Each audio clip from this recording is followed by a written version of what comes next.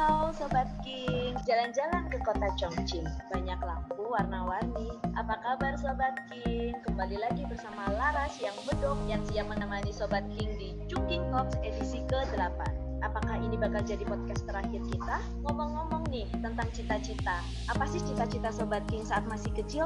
Kalau zaman Laras dulu sih pengennya jadi dokter. Kalau sekarang ditanya, apa aja deh yang penting bisa berguna bagi bangsa dan negara. Tapi lain cerita nih Sobat King, kalau kita tanya ke anak kecil zaman sekarang, apa sih cita-cita kalian? Dengan teknologi di zaman sekarang yang berkembang sangat pesat, didukung dengan berbagai platform media sosial seperti YouTube, Instagram, TikTok, yang gampang banget untuk diakses, pasti jawabannya mau jadi selebgram, vlogger, atau artis TikTok aja deh. Sobat King, siapa yang bilang kalau kuliah di Tiongkok itu nggak bisa ngonten? Kali ini Chungking Talks kedatangan narasumber yang bukan kaleng-kaleng. Untuk cewek-cewek yuk pada merapat yuk. Cluenya di sini ganteng, pinter, anak ormawa, followers Instagramnya udah ribuan, artis TikTok juga kali ya. Kalau untuk yang ini jomblo enggaknya, kita tanya dulu aja deh ya. Ada Kak Aditya Maulana Yahya. Boleh saya hai dulu Kak ke Sobat King di sini. Halo Sobat King, ada di seluruh penjuru dunia. Apa kabar semua? Tashahau. Oke Kak Adit, ini boleh panggilnya Kak Adit atau Kak Aditya nih? Boleh ke Adit, boleh ke Aditya, asal jangan panggil sayang ya. Waduh, di sini Laras mau manggilnya sayang sih Kak sebenarnya. Oke Sobat King, kita panggil Kak Adit aja ya biar jadi lebih akrab di sini. Mungkin boleh dikasih tahu nih ke Sobat King, Kak Adit kuliah di mana nih? Halo teman-teman Sobat King, sebelumnya aku mau ngucapin terima kasih banyak buat PPIT Chongqing yang udah ngasih kesempatan aku untuk jadi pembicara di Chongqing Talk yang keren banget nih. Yang bukan kaleng-kaleng juga nih, podcastnya luar biasa. Jadi perkenalkan teman-teman semua, namaku Aditya Maulana Yahya, kalian bisa manggil aku Aditya. Saat ini aku berusia 21 tahun. Aku sedang berkuliah di WUSI Institute of Commerce, Kota WUSI, Provinsi Jiangsu dengan jurusan Tourism Management. Kebetulan sekarang kesibukan aku sedang sebagai mahasiswa semester akhir, sebagai mahasiswa yang sedang menjalankan internship, dan juga sebagai seorang content creator. Kalau dibilang jomblo, sekarang aku sedang me time ya, sedang mencintai diri sendiri nih. Waduh, kalau Kak Adit sedang mencintai diri sendiri, berarti yang lain boleh mencintai Kak Adit nggak nih? Oke, nah kalau boleh tahu nih, Sobat King di sini pengen tahu apa sih kegiatannya Kak Adit selama ini, selama berkuliah di luar negeri. Kalau coba aja nih, Laras punya TikTok ya, pengen ajak Kak Adit sama Sobat King di sini untuk main TikTok bareng nih. Nah, oke, boleh dong Sobat King di sini tahu nih cerita awalnya kenapa Kak Adit bikin konten di sosial media. Bahkan sampai jumlah followernya nih juga banyak banget. Silahkan Kak. Oke, boleh banget Laras. Jadi sebenarnya cerita awal aku menjadi seorang content creator itu di akhir tahun 2020, which is baru 6 bulan sih. Jadi dimulai dari sekitar bulan Agustus, September, dan sekarang nggak terasa udah bulan April. Nah, pada awalnya itu sebenarnya aku main TikTok itu di bulan Maret 2020. Mungkin kalau teman-teman tahu ya, pada saat itu TikTok lagi happening banget karena kita sedang pandemic. Jadi kita nggak cuma stay at home dan nggak tahu apa yang mau dilakuin di rumah selain dari kuliah, dan untuk ngisi refreshing ya salah satunya pada saat itu TikTok. Nah, kebetulan aku salah satu mahasiswa mungkin juga sama ya kayak Laras, Natali, dan juga Mas Ajib yang saat ini kita belum bisa balik ke Cina nih. Yang pada awalnya datang ke Indonesia, balik ke Indonesia itu cuma untuk summer break sampai bulan Februari. Sampai sekarang belum bisa balik-balik nih kita. Stuck di Indonesia doang karena corona. Dan pada saat itu awal-awalnya aku main TikTok di bulan Maret, April, Mei, Juni, Juli, itu aku belum ada kepikiran untuk menjadi seorang content creator, honestly. Sampai pada akhirnya di bulan Agustus, aku dapat sebuah disebut keajaiban, juga cukup dibilang keajaiban ya, karena pada saat itu konten aku cukup naik, di mana dalam waktu 1 bulan aku bisa dapat kurang lebih 150.000 followers. Jadi waktunya memang cepet-cepet banget. Pada saat itu konten aku setiap hari itu itu hampir tembus setiap hari video itu hampir tembus 1 juta viewers. Dan pada saat itulah yang meyakinkan aku, wah kayaknya menjadi seorang content creator seru nih, karena selain dikenal oleh banyak orang dan juga di sini aku bisa menghasilkan uang. Karena kita mahasiswa ya, apalagi mahasiswa di Indonesia saat ini, jadi nggak dapat uang jajan nih. Jadi cari cara gimana nih biar bisa dapat uang jajan. Nah, salah satunya rupanya menjadi seorang content creator cukup meyakinkan di era masa kini. Nah, betul banget nih Sobat King. Jadi kalau boleh Laras kasih ringkasan nih, kayak kita tuh kalau bikin konten itu harus yang menghasilkan juga nih, betul kan Kak Adit ya? Kalau untuk ide nih, dapat ide dari mana aja sih Kak untuk konten yang Kak Adit buat ini? Laras udah lihat nih, banyak banget dan bagus-bagus konten yang Kak Adit buat. Jadi insecure sih ya. BTW jangan diragukan juga ya kalau cewek itu jago stalking Sobat King. Oke, nggak boleh dong insecure. Kita tuh semuanya tuh punya kelebihan dan kekurangan gitu. Jadi aku yakin banget dalam diri Laras pasti punya suatu kelebihan yang nggak aku bisa miliki gitu. Dan begitu juga aku punya kelebihan yang nggak bisa miliki oleh banyak orang. Begitu juga dengan kekurangan. Nah, ide-idenya, jadi kan konten yang aku buat itu aku concern terhadap konten-konten tentang relationship, tentang friendship, bagaimana aku ngajak para kaum wanita untuk support sesama kaum wanita, bagaimana juga aku ngasih tahu tentang suatu hubungan, bagaimana aku juga ngasih tahu, biasanya aku juga sekarang lagi seneng banget bongkar-bongkar rahasia cewek sama cowok biar menghindari dari overthinking nih. Mungkin buat teman-teman yang sering overthinking tiap malam, bisa langsung cek di TikTok aku. Nah, awalnya dapet ide pertama kali itu nggak kepikiran juga sih, karena pada saat itu kan awal-awalnya aku main TikTok, aku nggak tahu nih concern apa TikTok yang mau aku buat. Jadi aku cuma buat konten-konten yang hanya lagi happening aja nih. Misalnya ada lagi happening buat dance, oke. Misalnya ada lagi happening buat kayak sesuatu apa gitu, aku ikutin. Nah, tapi pada saat bulan Agustus itu, salah satunya aku terinspirasi dari salah satu content creator, kalau teman-teman tahu ada Alni Hendrix. Nah, jadi dia buat konten yang relate sama kehidupan anak muda masa kini. Nah, terus aku ikutinlah salah satu konten dia, tetap nggak lupa ya teman-teman, misalnya kita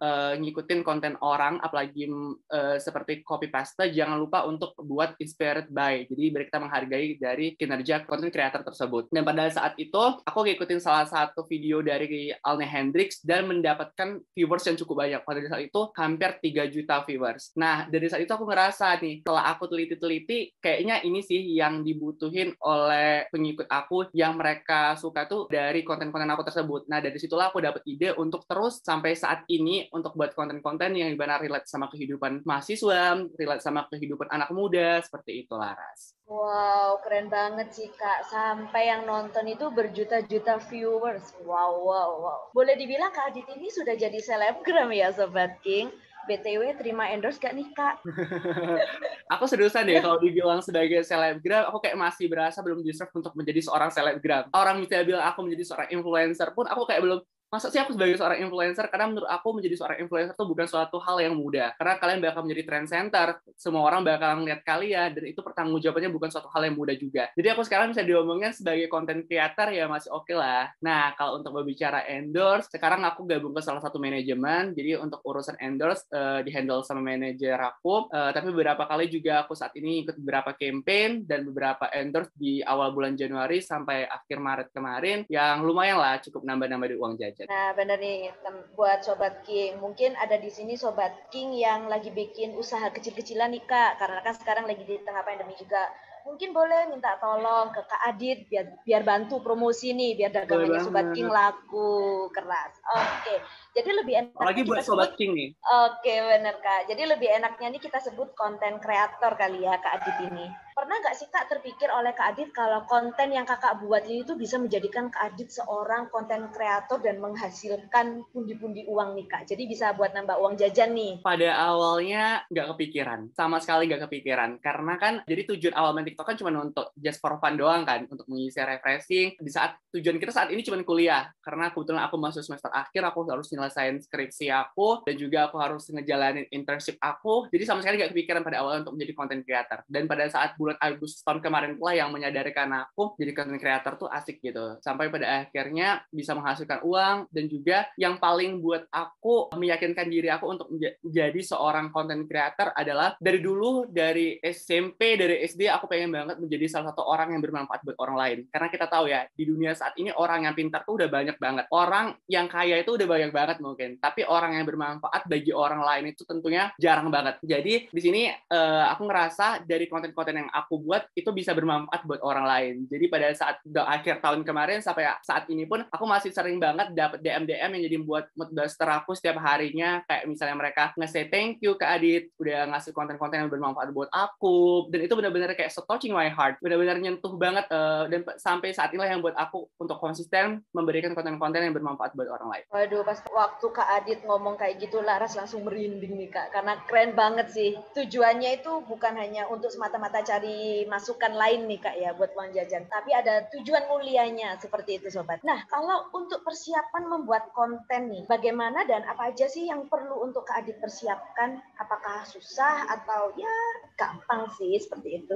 Kalau dibilang susah, gimana ya, ngomongnya bisa dibilang susah-susah gampang lah ya menjadi seorang content creator, karena untuk persiapannya itu terkadang misalnya lagi spontan ya dibilang cepat juga lumayan cepat, tapi misalnya kita menyiapkan sebuah konten yang benar-benar harus dipikirin, itu perlu analisa banget. Jadi terkadang persiapan yang aku buat biasanya aku butuh 1 hari. Itu kalau bisa aku kasih tau nih bocoran sama teman-teman. Jadi biasanya aku tuh pagi-pagi bangun tidur, langsung breakfast, langsung mandi. Setelah itu sekitar jam 11 itu waktunya matahari lagi cukup bagus ya. Jadi lagi pas-pas banget nih. Jadi biasanya jam 11 aku buat konten sampai jam 12, karena 12 udah cahayanya udah nggak terlalu bagus, dan biasanya sore aku sambung lagi untuk buat konten. Dan pada 1 hari itu biasanya aku udah nyiapin untuk konten seminggu aku ke depan tuh. Jadi bisa berapa kali ganti baju ya Laras gitu. Bisa 1, 2, 3 kali ganti baju untuk dalam waktu 1 hari. Biar kontennya itu konsisten aku setiap minggu buat konten. Karena misalnya setiap hari harus take video pun takutnya kita nggak ada waktu. Karena kita juga masih ada kuliah dan hal-hal lain gitu. Kebetulan sekarang aku juga lagi sibuk di PPI Dunia. Dia juga lagi ngehandle beberapa acara. Jadi misalnya harus take video setiap hari, menurut aku tuh bakal ngabisin waktu cukup banyak.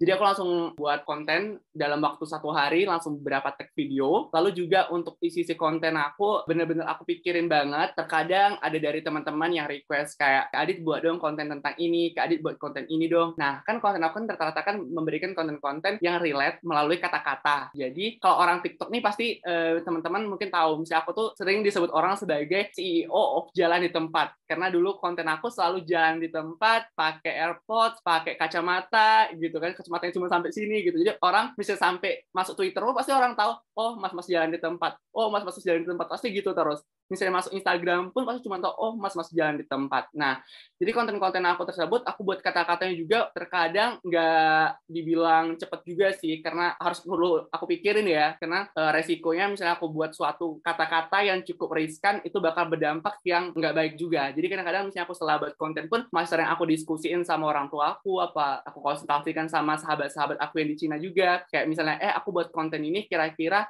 pas nggak ya, apalagi misalnya kita buat sebuah konten yang cukup riskan. Contohnya pada saat itu aku pernah salah satu video aku yang cukup naik, pas itu aku buat video tentang salah satu, mungkin teman-teman tahu, ada salah satu influencer atau artis Indonesia yang cukup mempermasalahkan dengan kata-kata anjay. Nah, aku buat kata-kata tersebut, jadi aku bilang daripada ngurusin kata-kata itu, sekarang tuh di Indonesia masih banyak loh yang harus diurusin. Misalnya masih banyak pemerkosaan terhadap anak, masih banyak eksploitasi, daripada cuma mikirin sebuah kata simple anjay. Dan aku buat kata-kata itu kan cukup riskan sekali ya, misalnya aku takut menyinggung atau ada hal-hal yang lain. Jadi aku konsultasikan sama orang tua aku konsultasikan sama teman-teman aku. Kira-kira kalau aku buat konten ini ada yang menyinggung nggak ya? Kalau kata mereka enggak. Oke, aku gas, bismillah. Alhamdulillah bisa dapat berapa juta viewers. Terus banyak juga masuk ke akun-akun Instagram, dan juga beberapa konten aku sering di-up di snapgram akun-akun selebgram Indonesia. Jadi itu suatu hal yang luar biasa sih buat aku. Jadi kalau dibilang persiapan untuk buat konten, dibilang gampang nggak juga, dibilang susah juga ya nggak juga. Jadi cukup dibilang susah gampang deh.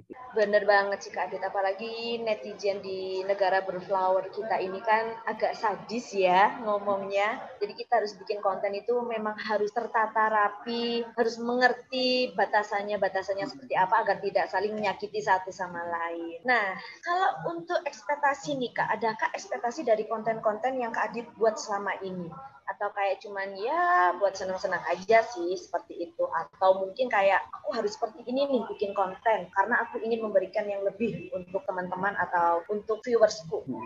Oke, kalau dibilang ekspektasi secara realistis adalah ya, kita pengen ekspektasinya punya viewers yang banyak, pengen dapat viewers lebih dari berapa juta, pengen dapat like banyak, pengen dapat di komen banyak, pengen di-share, pengen masuk akun-akun gede di Instagram maupun Twitter. Tapi terkadang hal itu malah yang cukup ngebebanin aku sih secara pribadi, karena pada awalnya di awal-awal main TikTok kan aku cuma just for fun, tapi dapat rezeki kalau punya banyak followers, banyak rezeki, dapat rezeki punya banyak viewers. Nah pada saat itu di akhir tahun itu aku orangnya cukup ambisius nih, jadi aku setiap buat konten aku selalu ada target. Aku buat konten hari ini, oke, target aku harus dapat sekian. Nah tapi sekarang karena aku juga menyadari bahwa anak Indonesia tuh kreatif loh, anak Indonesia itu nggak kehabisan talenta. Jadi di TikTok itu hampir setiap hari selalu ada konten creator baru. Nah, which is kita yang lama-lama ini kan mulai sedikit pamornya istilahnya menurun. Jadi beberapa bulan yang lalu juga sempat viewers aku tuh nggak mencapai targetnya sesuai dengan ekspektasi aku. Yang pada awalnya aku misalnya nge-ekspektasiin, oke, ini dapat 500.000 viewers nih pasti.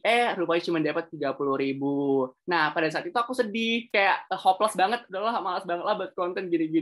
Tapi setelah aku menyadari sebenarnya viewers bukan merupakan tujuan aku untuk menjadi seorang content creator saat ini. Yang terpenting adalah bagaimana konten yang aku buat dapat bermanfaat bagi orang banyak dan juga dapat tentunya memberikan sisi positif buat para penonton aku. Jadi sekarang aku misalnya buat konten aja, masuk FYP dapat viewers banyak, alhamdulillah. Nggak masuk FYP ya sudah, nggak apa-apa gitu. Bener nih Sobat King. Jadi jangan asal komen aja gitu kali Kak ya ke para konten kreator, karena belum tentu mereka itu bikin konten itu asal-asalan. Siapa tahu mereka bikin konten itu dengan penuh hati, dengan tujuan yang bagus, yang mulia, yang mungkin bisa memotivasi juga Sobat King di sini agar jadi lebih bersemangat. Apalagi kita sekarang lagi ada di tengah pandemi nih, di tengah COVID-19. Nah, untuk Kak Adit nih, kan masih menjadi mahasiswa dan aktif di organisasi juga nih, apalagi kuliahnya di luar negeri. Susah nggak sih Kak untuk menyelaraskan waktu di tengah-tengah kuliah, terus organisasi, terus tadi Kak Adi juga sempat ngomong lagi internship juga. Boleh di-sharing nih Kak di sini. Kalau dibilang ini rahasia ya buat Sobat King spesial, asik. Jadi sejujurnya cukup keteteran pada awalnya. Karena kalau dibilang aku sekarang mungkin setiap harinya tuh aku megang 7 kegiatan. Dari mulai content creator, terus aku kuliah, lalu aku skripsian, lalu aku juga sekarang lagi nyiapin HSK ku. Mungkin teman-teman yang kuliah di Cina tahu ya seberapa sulitnya kita harus nyiapin HSK itu. Lalu aku juga internship, yang dimana di organisasi aku juga di PPI Tiongkok megang mainstream sosial media, terus di PPI Dunia aku megang di Ruang Riuh, dan juga kemarin aku sempat ngadain kegiatan Paramak Festival. Jadi sehari aku butuh 8 waktu, ya dimana aku kalau misalnya nggak nge-manajemen waktu dengan baik, semuanya keteteran gitu. Jadi di sini caranya pada awalnya aku keteteran, tapi pada akhirnya setelah aku jalani 5 hari, seminggu, ya let it go aja gitu. Jadi aku buat benar-benar planning dalam waktu 1 hari, oke, hari ini aku bakal belajar HSK jam segini. Oke, aku bakal kelas jam segini. Oke, aku bakal ngerjain tugas magang aku jam segini. Oke, aku bakal rapat, karena kita tahu ya kalau di PPI kita rapat itu nggak sebentar ya, nggak 1 jam 2 jam, pasti bisa sampai dari malam, kadang-kadang sampai subuh misalnya, banyak banget yang dibahas. Jadi benar-benar banget waktu yang aku miliki itu aku kelola dengan baik. Sampai kadang-kadang misalnya aku tuh berharap, aduh 24 jam ini nggak cukup banget nih, coba misalnya ada waktu sampai 26 jam atau 28 jam gitu ya. Karena untuk istirahat pun tetap harus dijaga ya teman-teman, sibuk apapun kita, yang pertama kali yang menjadi prioritas itu tetap kesehatan. Jadi misalnya aku suka begadang kadang-kadang jam 2, aku tetap ngeprioritasin tidur aku cukup dalam waktu 7 jam. Jadi habis subuhan kadang-kadang aku tidur lagi tuh, walaupun nggak bagus ya jangan dicontoh ya teman-teman. Tapi sebisa mungkin aku ngeprioritasin kesehatan aku dulu, baru tugas-tugas aku yang lain. Nah, bener banget nih Kak. Jangan lupa minum vitamin juga ya Kak. Iya, benar. Nanti Sobat King di sini jadi sepi banget nih kalau nggak ada konten-konten Kak Adit yang bermunculan. Mungkin ini sudah terjawab juga ya tips dan triknya biar balance gitu. Karena Sobat King di sini pasti pada kepo.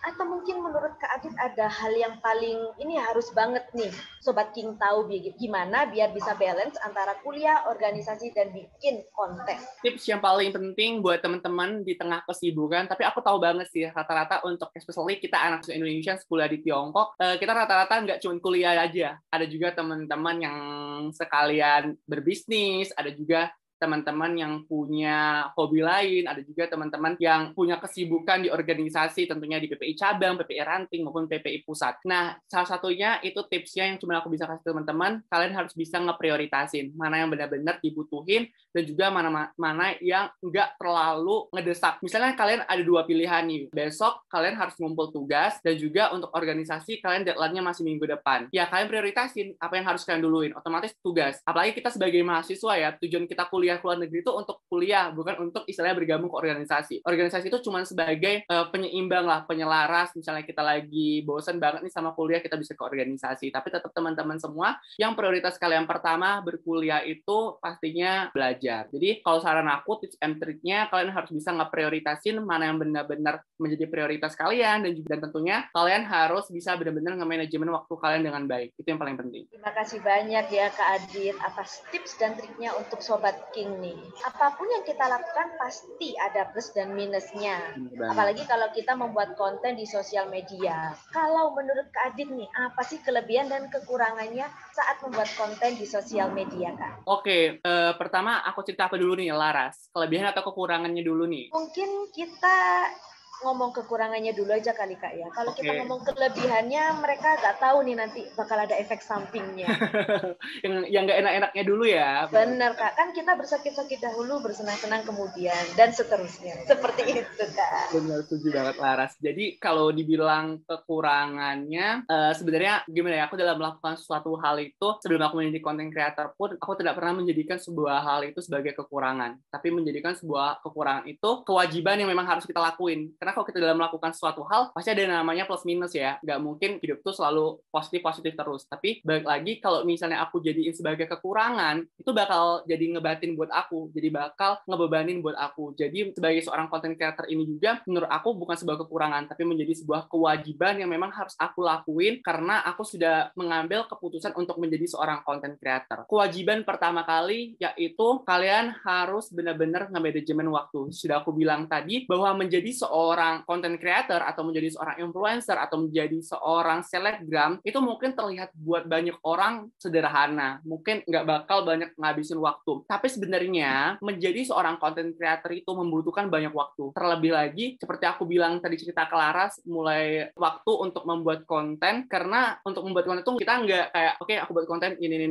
enggak, tapi kita harus mencari dan juga mengolah konten apa yang bakal kita buat dan disukai oleh para followers kita gitu. Jadi salah satunya kewajiban yang harus kalian punya, which is kalau dibilang kekurangan itu kalian harus memiliki banyak waktu, karena kewajiban kalian memang harus memberikan konten-konten buat followers kalian. Lalu kewajiban kalian sebagai seorang content creator, kalian harus konsisten untuk menjadi diri kalian sendiri. Kalian harus menjadi seorang content creator yang unik dan juga berbeda dari yang lainnya, agar kamu dapetin hati para followers kamu. Kamu harus bisa menjadi diri kamu sendiri, tapi tetap menjadi versi terbaik dalam diri kamu sendiri gitu. Lalu juga kewajiban yang paling sulit, bukan dibilang paling sulit juga sih, tapi menurut aku memang harus dalam kehidupan saat ini itu penting banget, yaitu attitude.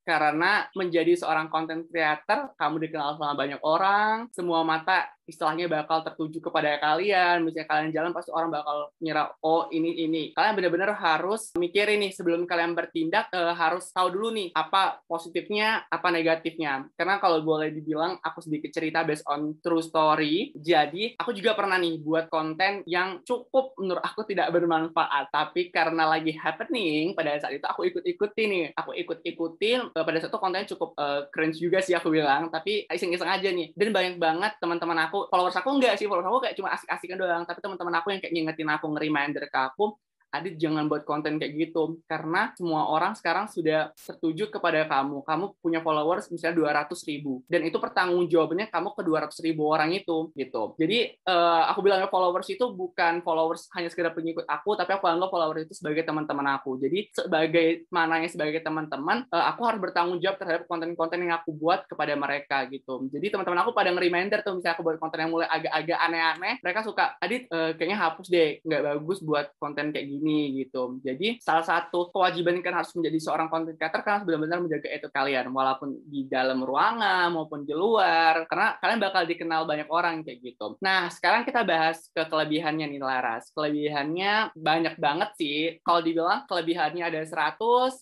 kekurangannya itu ya cuma sedikit lah ya yang aku jelasin tadi. Kelebihannya pertama, kalian bakal dikenal banyak orang. Itu menurut aku jadi kelebihan sih, karena kalian otomatis secara tidak langsung bakal mendapat privilege di lingkungan, walaupun kita tidak mengharapkan itu, tapi pasti orang banyak yang bakal mengenal kalian. Lalu juga salah satu yang paling menguntungkan menjadi seorang content creator, kalian bisa menghasilkan uang sendiri, dan jumlah endorse itu terkadang bukan suatu hal yang kecil ya, terkadang dapat dana yang lumayan cukup banyak, kayak gitu. Kelebihan-kelebihannya lain, kalau aku rasain sekarang, aduh cukup banyak banget sih, mulai dari misalnya per PPI-an pun kadang-kadang, kayak aku kan baru tahun ini nih gabung ke PPI Dunia, pada awalnya aku gabung di PPI cabang WuXi, dan tahun ini juga aku baru gabung di PPI Tiongkok. Jadi aku kira orang tuh banyak nggak kenal kan sama aku, tapi kayak misalnya aku ngenalin diri, orang kayak udah ngomong, oh kenal kok, udah kenal gitu. Jadi aku kayak udah ngerasa, oke, senang juga ya dikenal sama banyak orang gitu. Terus juga kayak di magang juga gitu. Di magang kan aku biasanya kenalan ini kan cuma sedivisi aku doang ya.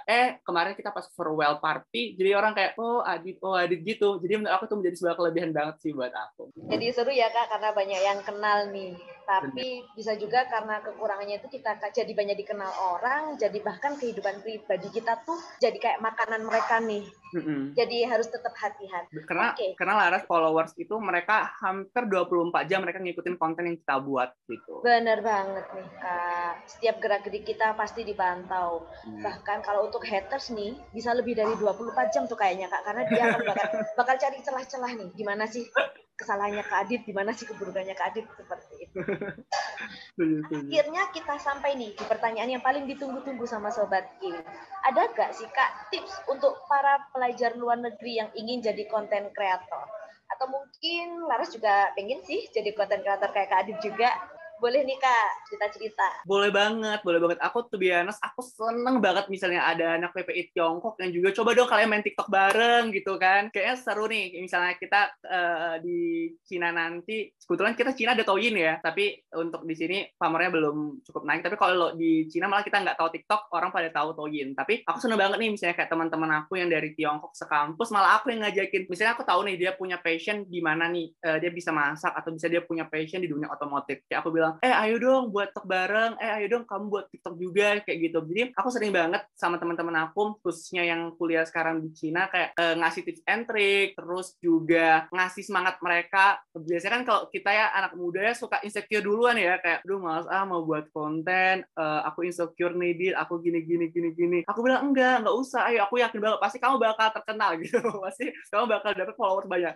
Kayak yang kemarin kan aku sempat jadi MC di PPIT Got Talent, di mana di PPIT Got Talent aku banyak banget nemu orang-orang yang luar biasa, hampir semuanya itu mereka punya potensi yang luar biasa, mulai dari nyanyi, dancing, dan macam-macam. Jadi aku nyuruh ke dia kayak, ayo dong buat TikTok, pasti bakal terkenal, ayo dong cover-cover lagu gitu, kayak gitu. Karena aku seneng banget misalnya punya teman yang mereka bisa memberikan ide dan pikiran mereka, kreatif mereka ke dalam sebuah platform yang positif juga. Karena kan kita kebanyakannya kayak malu-malu, cuman sendiri gitu, kayak sayang banget kalian punya bakat, tapi terbatas di kalian doang. Nah, tips and trick-nya menjadi seorang content creator yang pertama kali itu seperti aku bilang tadi, just be yourself. Jadi tetaplah menjadi diri kamu sendiri. Kamu nggak perlu ya untuk dapat followers yang banyak, kamu nggak perlu dapat komenan-komenan yang baik-baik dari netizen kalau kamu menjadi orang lain. Tapi banggalah ketika kamu bisa menjadi diri kamu. Tapi balik lagi di sini, ketika kamu menjadi diri kamu sendiri, ya kamu harus menjadi versi terbaik dalam diri kamu nih. Jadi jangan mentang-mentang kamu menjadi diri kamu sendiri, ya kamu sesuka-sukanya gitu. Tapi di sini balik lagi, tips and trick menjadi seorang content creator, jadilah diri kamu sendiri dan jadilah versi terbaik dalam diri kamu sendiri. Lalu yang kedua, yaitu berilah sebuah konten yang memang benar-benar sesuai passion kalian. Misalnya kalian punya passion di dunia masak, ya udah kalian buatlah konten di dunia masak. Karena membuat konten itu membutuhkan konsistensi waktu, tenaga, serta pemikiran dalam jangka panjang. Nggak sebentar doang gitu. Karena yakin deh, misalnya kalian buat konten, tapi kalian buat konten cuman kayak pas naik-naiknya doang, itu sebentar lagi orang bakal kayak lupa. Tapi misalnya kalian buat konten secara konsisten, apalagi kalian buat suatu hal yang baru, itu kalian pasti bakal dapat followers yang lebih banyak dan bakal dikenal sama orang banyak juga. Lalu selain menjadi diri kalian sendiri dan juga buat konten sesuai dengan passion kalian, tips and triknya kalian harus peka terhadap tren apa yang lagi terkenal saat ini. Karena tren-tren itu benar-benar mempengaruhi banget nih awal karir kalian untuk menjadi seorang content creator.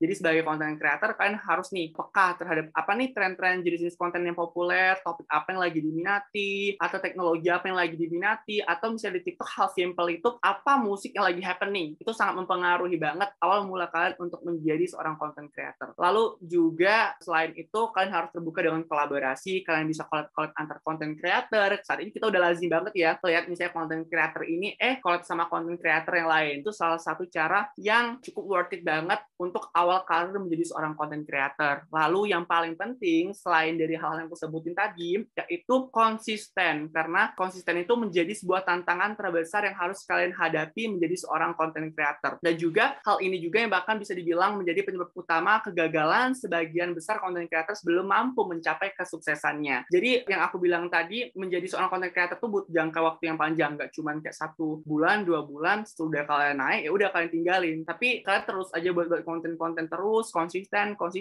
Aku selalu bilang banget ke teman-teman aku yang awal mula main TikTok, misalnya viewers kalian masih dikit, itu terus aja, terus. Karena pada suatu saat, pasti bakal ada konten kalian yang naik, dan konten yang naik itu yang bakal guide followers kalian, dan which is itu bakal ngikutin kalian setiap harinya. Jadi, kalau misalnya di TikTok, misalnya teman-teman nih mau gabung ke TikTok, menjadi seorang content creator di TikTok, salah satu tips and triknya yang paling penting yaitu jaga konsistensi kalian. Jangan takut misalnya sekarang video kalian pertama kali viewersnya dikit atau likersnya dikit, terus aja hajar sampai kalian dapat viewers yang banyak gitu, Laras. Keren banget Kak Adi, sampai speechless. Laras tuh bingung mau ngomong apa. Jadi di otaknya Laras, oke, be yourself, dan kamu harus konsisten. Apapun yang kamu lakukan harus konsisten. Setuju. Bagus banget, keren banget nih. Last, Mbak Nalis, Kak Adit, ada nggak sih keinginan untuk collab dengan konten kreator lainnya? Ada, sama Laras nih. Mau nggak Laras? Waduh, jadi malu nih nanti Kak. Oke Kak, abis ini OTW download. By the way, PPT Chongqing ada TikTok nggak nih? Wah iya nih ya, kayaknya PPT Chongqing harus bikin TikTok. Nanti, oke Laras siap jadi modelnya sih Kak. Nanti aja collab Kak Adit ya. Karena kita di PPI Tiongkok, kita ada TikTok juga. Jadi teman-teman bisa nge-follow, misalnya ada info-info tentang PPI Tiongkok, kalian bisa langsung follow TikTok PPI Tiongkok. Nah, kalau dibilang cita-cita, by the way bukan cita-cita juga sih, tapi ada terlintas kepikiran, wah seru nih misalnya collab sama mereka. Jadi aku tuh punya teman-teman di TikTok. Kebetulan kita baru kenalan di TikTok juga sih, belum pernah ketemu. Jadi pertama kali itu ada Alne Hendrix, yang pertama kali menjadi ide aku untuk buat konten-konten yang relate sama kehidupan mahasiswa, sama Ananza April. Jadi menurut aku mereka berdua itu, Alne dan juga Ananza itu seorang content creator cewek yang benar-benar menginspirasi banget. Konten mereka setiap hari itu selalu memberikan suatu hal yang positif. Jadi aku kayak pengen banget collab sama mereka. Jadi kita sempet banget kayak aku DM-an sama mereka, kayak kata mereka, Adit ayo dong misalnya ke Jakarta, karena kebetulan mereka berdua tinggalnya deketan ya, satu di Jakarta, satu di Bandung. Sedangkan aku jauh ya, di daerah perdesaan ya. Aku tinggal di daerah di Kota Prabumuli, Sumatera Selatan, jadi cukup jauh banget misalnya harus ke ibu kota. Tapi sesekali kebetulan aku kadang-kadang ke Jogja karena yang aku di sana. Nih kayak mereka kayak bilang, Adit ayo dong misalnya kesini kita main bareng, kita buat konten bareng gitu. Jadi aku pengen banget sih buat konten bareng mereka. Tapi kalau dibilang cita-cita pengen collab, aku pengen banget, bukan collab sih, aku pengen banget cita-cita aku sekarang, ya Allah semoga aku bisa kembali ke Cina secepatnya. Mungkin doa teman-teman juga gitu ya. Ini doa seluruh mahasiswa yang sekolah di Cina nih kayaknya Kak ya. Itu doa dari Laras juga yang dari Lubu, berarti paling dalam sendiri sih Kak. Ya udah, kita berdoa bersama ya teman-teman semua. Semoga kita cepat pulang dong. Udah capek banget ya kuliah offline. Udah hampir berapa semester nih Laras? Kalau aku dari awal jadi sejujurnya aku kuliah di Cina tuh kayak baru 1,5 tahun. Selebihnya aku kuliah offline. Wisuda pun ini harus wisuda offline. Jadi sedih banget kan? Iya nih Kak, kayaknya udah gak kerasa sudah 1 tahun ya Kak, 2 semester nih kita lagi pulang karena pandemi ini. Iya banget. Jadi cita-cita aku itu kalau bisa dibilang aku pengen banget buat konten di kampus aku pengen banget buat konten di Cina, kayak a day in my life, sharing-sharing sama teman-teman. Karena menurut aku pasti vibes-nya bakal beda banget sih misalnya aku buat konten di luar. Bener banget, karena pasti teman-teman di sini, Sobat King di sini yang yang mungkin masih pada SMA, jadi tahu gimana sih kehidupan mahasiswa di Cina. Mungkin seperti Kak Adit nih, pengen nengok gimana sih Wuxi itu, apa aja sih yang dilakukan seorang mahasiswa yang hidup di luar negeri dan sedang berkuliah di kota Cina. Keren banget jawabannya Kak Adit, terus asik banget juga. Jadi termotivasi juga nih, daripada nganggur, daripada cuma scrolling aja, jadi kita bisa bikin konten yang bisa memberi semangat untuk teman-teman, bisa memberi semangat untuk Sobat King. Bagaimana dengan Chungking Talks edisi kali ini? Udah gak pada takut? Udah gak pada kepo? Gimana buat jadi konten kreator di luar negeri? Gampang kan untuk jadi konten kreator? Nah, saya Laras di sini. Sampai jumpa lagi di Chungking Talk. Zaijian Sobat King. Chungking Talk, really entertaining, amazing talk.